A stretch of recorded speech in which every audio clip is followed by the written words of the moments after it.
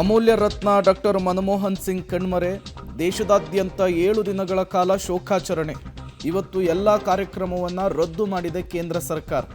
ಬೆಳಗ್ಗೆ 11 ಗಂಟೆಗೆ ಕೇಂದ್ರ ಸಚಿವ ಸಂಪುಟದ ಮಹತ್ವದ ಸಭೆಯಲ್ಲಿ ಡಾಕ್ಟರ್ ಮನಮೋಹನ್ ಸಿಂಗ್ ಅವರಿಗೆ ಶ್ರದ್ಧಾಂಜಲಿಯನ್ನು ಸಲ್ಲಿಸಲಿಕ್ಕೆ ನಿರ್ಧಾರವನ್ನು ಮಾಡಲಾಗಿದೆ.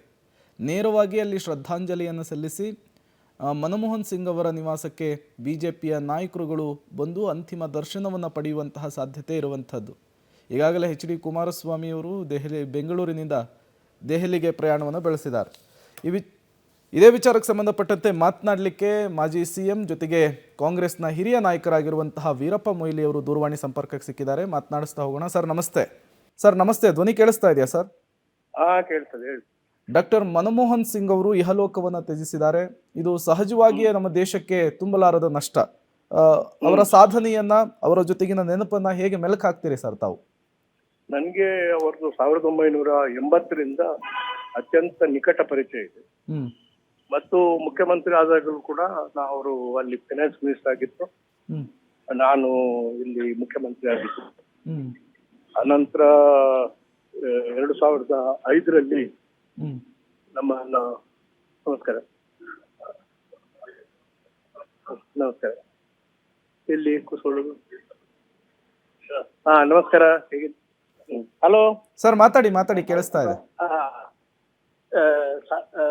2005ರಲ್ಲಿ ನನ್ನನ್ನು ARC ಚೇರ್ಮನ್ ಮಾಡಿದ್ದು.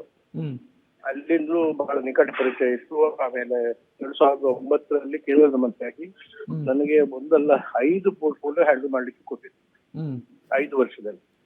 ಅನಂತರ 2014ರಿಂದ 2019ವರೆಗೆ ನಾನು ಸ್ಟ್ಯಾಂಡಿಂಗ್ ಕಮಿಟಿ ಪಾರ್ಲಿಮೆಂಟ್ ನಲ್ಲಿ ಫೈನಾನ್ಸ್ ಇದ್ದು, ಸ್ಟ್ಯಾಂಡಿಂಗ್ ಕಮಿಟಿಯಲ್ಲಿ ಚೇರ್ಮನ್ ಆದಾಗ ನಾನು ಚೇರ್ಮನ್ ಆಗಿದ್ದರಿಂದ ಅವರು ನಾನು ಸದಸ್ಯನಾಗಿರ್ತೇನೆ ಅಂತೇಳಿ ಸದಸ್ಯನಾಗಿ ಕೆಲಸ ಮಾಡಿದ್ದಾರೆ. ಅದರಿಂದ ಅತ್ಯಂತ ನಿಕಟ ಪರಿಚಯ ಇತ್ತು.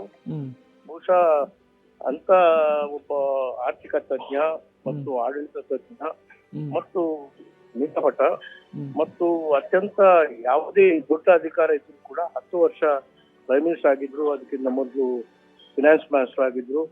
ಯಾವುದೇ ಒಂದು ರೀತಿಯ ಕಪ್ಪು ಚುಕ್ಕೆ ಇಲ್ಲದೆ ಅತ್ಯಂತ ನಿರ್ಮಲ ಒಂದು ರಾಜಕೀಯ ಬದುಕನ್ನ, ಅವರು ವೈಯಕ್ತಿಕ ಬದುಕನ್ನ ಸಾಗಿಸಿದವರು. ಬಹುಶಃ ಅನೇಕ ದಶಕಗಳಿಂದ ಬಾಕಿ ಇದ್ದಂತ ಏನು ಲೋಕಪಾಲ್ ಭ್ರಷ್ಟಾಚಾರವನ್ನ ಈ ದೇಶದಿಂದ ನಿಗ್ರಹಿಸ್ಲಿಕ್ಕೆ ಏನು ಲೋಕಪಾಲ್ ಕಾನೂನು ಬರಬೇಕು ಅಂತೇಳಿ ಅಪೇಕ್ಷೆ ಇತ್ತು. ಅದನ್ನ ಜಾರಿಗೊಳಿಸಿದವರು, ಅದು ಕೂಡ ಅದನ್ನ ಜಾರಿಗೊಳಿಸಿದಂತ ಕ್ರಮ ಅಂತೂ ಅಥವಾ ಅನುಷ್ಠಾನ ಮಾಡಿದಂತ ಕ್ರಮವಂತೂ ಅದ್ವಿತೀಯ. ಫಸ್ಟ್ ಟೈಮ್ ಇನ್ ದಿ ಬಹುಶಃ ನಮ್ಮ ಪಾರ್ಲಿಮೆಂಟ್ ಇತಿಹಾಸದ ಅಥವಾ ಆಡಳಿತದ ಇತಿಹಾಸದಲ್ಲೇ ಒಂದು ಪಾರ್ಲಿಮೆಂಟ್ ಮೆಂಬರ್ ಅಲ್ಲದವರನ್ನು ಕೂಡ ಔಟ್ಸೈಡ್ ಒಂದು ಜಾಯಿಂಟ್ ಕಮಿಟಿ ಮಾಡಿ ಅದರಲ್ಲಿ ಕಾನೂನನ್ನ ತಯಾರು ಮಾಡಿದಂತ, ಅದು ಕೂಡ ಎಲ್ಲ ಹಿಂದಿನ ಶಾಂತಿಭೂಷಣ್ ಅಂತೇಳಿ ಹಿಂದಿನ ಕಾನೂನು ಮಂತ್ರಿಗಳು, ಹಿಂದೆ ಸುಪ್ರೀಂ ಕೋರ್ಟ್ ಜಡ್ಜ್ ಆಗಿದ್ದಂತ ಸಂತೋಷ್ ಹೆಗ್ಡೆ ಮತ್ತು ಈ ಕೇಜ್ರಿವಾಲ್ ಮತ್ತೆ ಅವರ ಗುರು ಯಾರಿದ್ದಾರೆ ಅವರನ್ನೆಲ್ಲ ಸೇರಿಸಿ ಒಂದು ಕಮಿಟಿಯನ್ನ ಮಾಡಿ ವರದಿಯನ್ನ ಬಂದ್ರೆ ಆ ವರದಿಯನ್ನ ಚಾಚು ತಪ್ಪದೆ ಅನುಷ್ಠಾನ ಮಾಡಿದಂತ ಒಂದು ದೊಡ್ಡ ಕೀರ್ತಿ ಅವರು. ಬಹುಶಃ ರಾಜಕೀಯ ಮತ್ತು ಆಡಳಿತ ಒಂದು ಕ್ರಮದಲ್ಲಿ ಒಂದು ಅತ್ಯಂತ ಬಡು ಕುಟುಂಬದಿಂದ ಬಂದು ಕಷ್ಟವನ್ನ ಅನುಭವಿಸಿದ ಮೇಲೆ ರಾಷ್ಟ್ರದ ಜನರ ಕಷ್ಟ ಏನು ಅಂತೇಳಿ ಸ್ಪಷ್ಟವಾಗಿ ಹೃದಯದಲ್ಲಿ ತೆಗೆದುಕೊಂಡು ಅದು ಕೂಡ ಅತ್ಯಂತ ಬುದ್ಧಿವಂತರಾಗಿ ಜಾಣ್ಮೆಯಿಂದ ಆಡಳಿತವನ್ನ ಮತ್ತು ಆರ್ಥಿಕ ಪರಿಸ್ಥಿತಿಯನ್ನು ನಿರ್ವಹಿಸಿದ್ರು. 1991ರಲ್ಲಿ ಈ ದೇಶ ಬಹುಶಃ ತಾನು ಕಂಡರಿಯದ ಒಂದು ಅತ್ಯಂತ ಆರ್ಥಿಕ ಬಿಕ್ಕಟ್ಟಿನಲ್ಲಿರುವಾಗ ಅವರು ಈ ಆರ್ಥಿಕ ಬಿಕ್ಕಟ್ಟಿನಿಂದ ಪಾರು ಮಾಡಿದ ವರಹ ರೂಪಿ ಅಂತೇಳಿ ಕೂಡ ಹೇಳ್ಬಹುದು.